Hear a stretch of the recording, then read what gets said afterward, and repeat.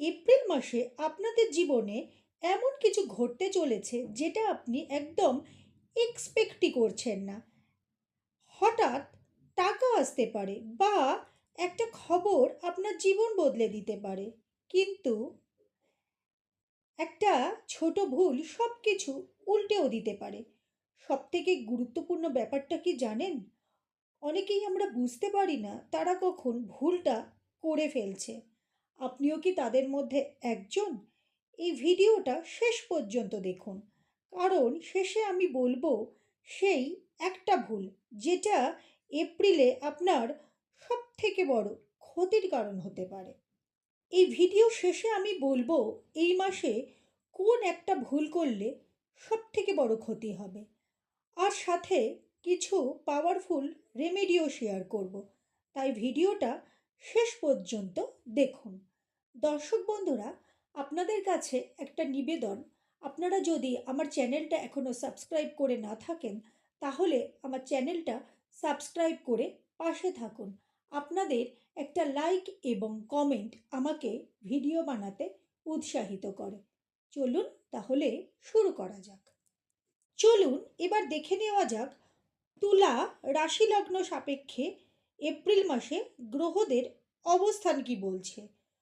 তুলা লগ্নের অধিপতি গ্রহ শুক্র প্রথম 19 দিন সপ্তমে এবং 19 এপ্রিলের পর অষ্টমে তার নিজ গৃহে। এই সময় কিন্তু সাডেন চেঞ্জেস আসতে পারে। সপ্তমে রবি আসছে 14 এপ্রিলের পর, এবং আপ টু 14 এপ্রিল রবি থাকছে তাদের ষষ্ঠে, সাথে শনি, মঙ্গল, এবং 10 এপ্রিলের পর আসছে বুধ। প্রথম 10 দিন বুধ থাকছে পঞ্চমে রাহুর সাথে, একাদশে কেতু, এবং নবমে মার্গী গতির বৃহস্পতি। আয়ের ক্ষেত্র তুলা রাশি লগ্ন সাপেক্ষে মোটের উপর শুভ। অপ্রত্যাশিতভাবে টাকা আসতে পারে। এ মাসে প্রাপ্তি যোগ কিন্তু রয়েছে। ইনহেরিটেন্স বা সম্পত্তি নিয়েও সমঝোতার সম্ভাবনা রয়েছে, কিন্তু ব্যয়ভাবও প্রবল। সন্তান, ভ্রমণ এবং ঋণের কারণে খরচ বাড়তে পারে, কারণ ষষ্ঠে একাধিক গ্রহ এবং সেখান থেকে দ্বাদশ ঘরকে পূর্ণ দৃষ্টি দিচ্ছে। কেরিয়ারের দিক থেকে এপ্রিল মাস সুযোগের মাস, কিন্তু কিছু সতর্কতাও রয়েছে। চাকরির ক্ষেত্রে সময়টা শুভ। যারা জব খুঁজছেন 19 এপ্রিলের পর সুযোগ বাড়বে। যারা হিলিং প্রফেশনে আছেন তাদের জন্য প্রথমার্ধ বেশ শুভ। ক্রিয়েটিভ ফিল্ডে যারা রয়েছেন দ্বিতীয়ার্ধের পর বিশেষ সাফল্য আসবে। তবে ব্যবসায় কিছু সংঘাত থাকতে পারে। সিদ্ধান্তে সতর্কতা জরুরি। যারা মানি মার্কেট অর্থাৎ banking sector, stock market, investment সেক্টরে রয়েছেন শেষার্ধ তাদের জন্য শুভ, কিন্তু ধারাবাহিকতার অভাব থাকতে পারে।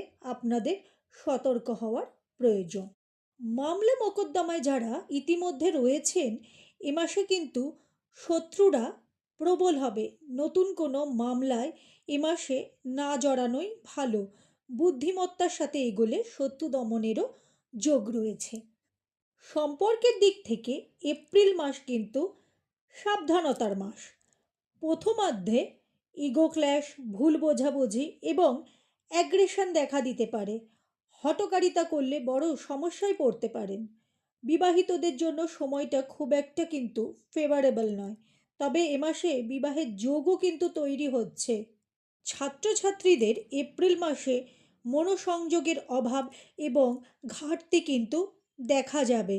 তবে 10 এপ্রিলের পর বুধ পঞ্চম থেকে ষষ্ঠে গেলে অবস্থার কিছুটা অবশ্যই উন্নতি হবে, এবং বুধ এবং বৃহস্পতির ক্ষেত্র বিনিময়ের ফলে কিছুটা শুভ ফল অবশ্যই আপনারা আশা করতে পারেন। উচ্চশিক্ষার ক্ষেত্রে ইতিবাচক, কিন্তু সিদ্ধান্তে সতর্ক হওয়া জরুরি। স্বাস্থ্যের দিক থেকে এপ্রিল মাসে বিশেষ সতর্কতা প্রয়োজন। এটাই সবথেকে গুরুত্বপূর্ণ বিষয়। এই সময় চোখের সমস্যা, উচ্চ রক্তচাপ, ডায়াবেটিস, এই বিষয়গুলিতে বিশেষ খেয়াল রাখা দরকার। যারা ইউটিআই বা কিডনি সংক্রান্ত সমস্যায় ভুগছেন তাদেরও যথেষ্ট কেয়ারফুল হওয়া প্রয়োজন। নিজের শরীরকে অবহেলা করবেন না, প্রয়োজনে দ্রুত চিকিৎসা করান।